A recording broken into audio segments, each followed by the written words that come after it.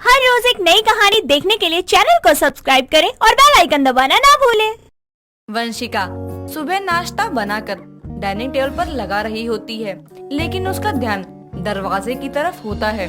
तभी अपने कमरे से अंगड़ाई लेते हुए उसकी सास भवरी हॉल में आती है और उसे खाना लगाते हुए दरवाजे को निहारते देखकर कहती है, बहू एक काम पर ध्यान लगा ले और ऐसे दरवाजे को क्या टुकुर टुकुर निहारे जा रही है। कोई संदेशा लेकर आने वाला है क्या?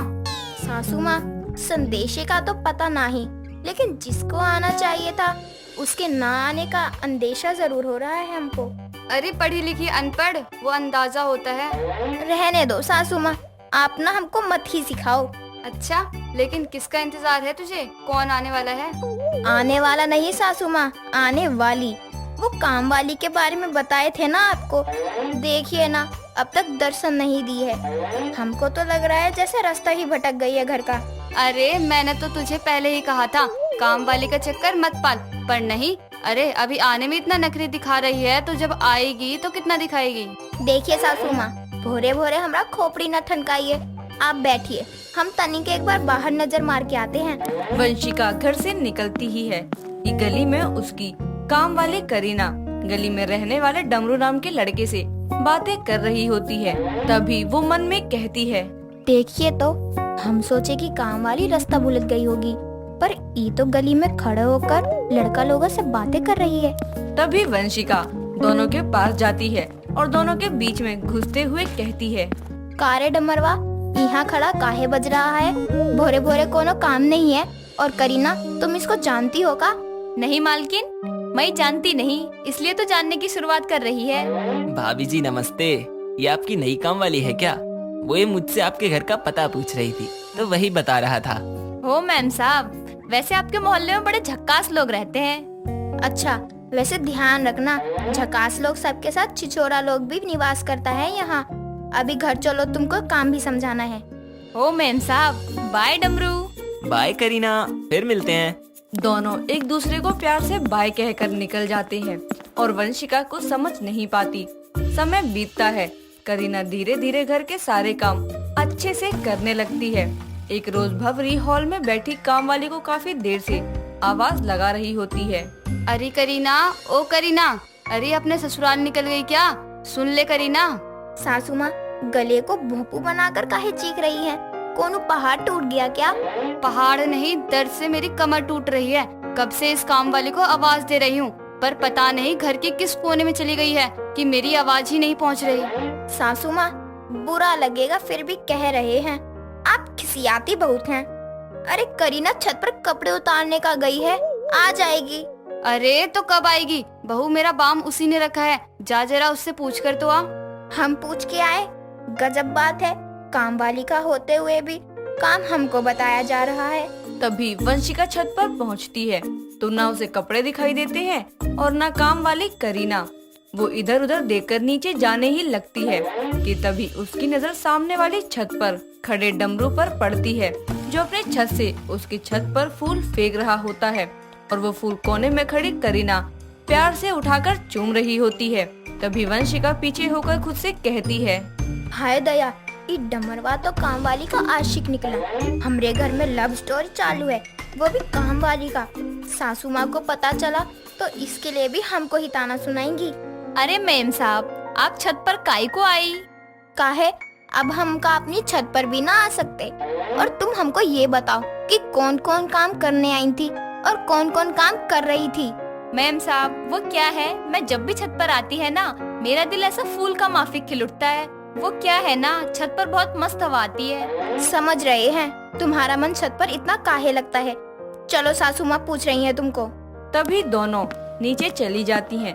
वंशिका अपनी काम वाली के आशिक के बारे में जान चुकी थी, लेकिन ये बात उसकी सास को पता ना चले, इसलिए वो अपनी काम वाली को इशारों में समझाने और उसे ज्यादातर काम में लगाए रखती, ताकि काम वाली को उसके आशिक से मिलने का समय ना ही मिले।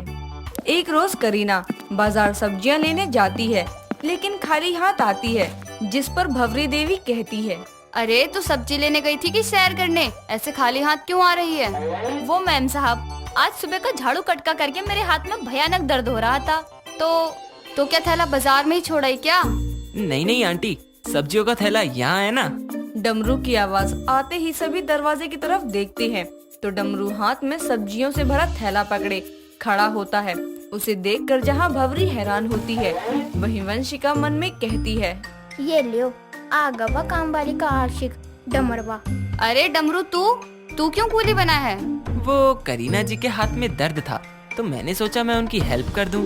सच में मैम साहब, आपका ये पड़ोसी ना हमेशा मेरी मदद करता है, एकदम हीरो माफिक। अच्छा जी, कभी हमारी तो मदद की नहीं इसने आज तक। खैर, अभी ये सब्जी का थैला रख और घर जा डमरू। और तुम करीना, हाथ में दर्द ना हो तो शाम की चाय चढ़ा दो तनिक। हो मैम साहब। डमरू, तू भी चाय पी कर जाना। हाँ हाँ करीना जी, क्यों नहीं। तभी डमरू अपने घर जाने की जगह सोफे पर जाकर बैठ जाता है। कुछ देर में करीना चाय लेकर आती है और चाय का एक कप उठाती है तो भवरी कप पकड़ने के लिए अपना हाथ आगे बढ़ाती है, लेकिन करीना कप उसे ना पकड़ाकर बड़े ही प्यार से डमरू को पकड़ा देती है। ये देख सास बहू दोनों हैरान रह जाते हैं। तभी भवरी कहती है, अरे बहू, ये क्या चक्कर चल रहा है दोनों के बीच? सासू माँ, ये डमरवा काम वाली का आशिक है। देखिए, चिल्लाइएगा नहीं, हमको खुद कुछ समय पहले ही पता चला है। है तो इनको बोल अपनी आशिकी जाकर कहीं और करें, मेरे घर में नहीं। इतना कहकर भवरी देवी बिना चाय पिए ही कमरे में चली जाती है। समय बीतता है और धीरे धीरे काम वाली काम छोड़ अपने आशिक से कभी फोन पर बात करने में तो कभी घंटों छत पर रहकर उसके साथ बातें किया करती। एक रोज करीना बालकनी की रेलिंग साफ करते हुए डमरू से हंस हंस कर बात कर रही होती है। ये देख वंशिका अपनी सास से कहती है, सासू माँ, ये काम वाली का आशिक तो हमारी काम वाली को एकदम ही निकम्मी बना दिया है।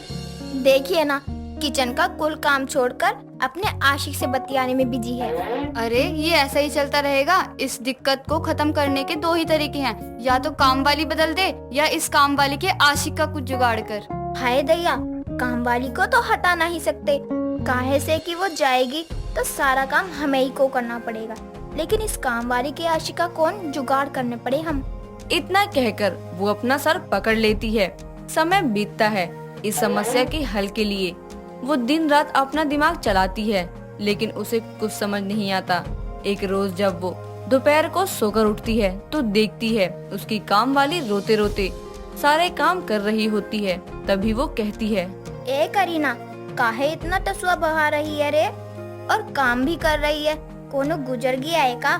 मैम साहब, मेरा डमरू इस मोहल्ले से किसी और मोहल्ले में रहने के वास्ते चला गया। क्या सच्ची? क्या सच में? हो मैम साहब, अभी मैं उससे कैसे मिलेगी? इस गम में मैं सारा काम निपटा ली और मेरे को पता ही नहीं चला। कोई ना, ए करीना, देखो ऐसा दिल नहीं छोटा करो, वो मोहल्ला छोड़ कर गया है, दुनिया नहीं, समझी? जय सीता मैया की। हम यहाँ सोच सोच के पगला गए थे कि काम वाली की आशिक का कौन जुगाड़ लगाए, और यहाँ तो दिक्कत वह अपने आप ही निपट गवा। इस तरह जहाँ करीना अपने आशिक के जाने के गम में होती है तो वहीं वंशिका काम वाली के आशिक की समस्या हल होने पर चैन की सांस लेती है। दोस्तों, अगर आपको ये कहानी पसंद आई तो इसे लाइक करें, शेयर करें और कमेंट करके बताएं कि कहानी में आपको सबसे अच्छा क्या लगा।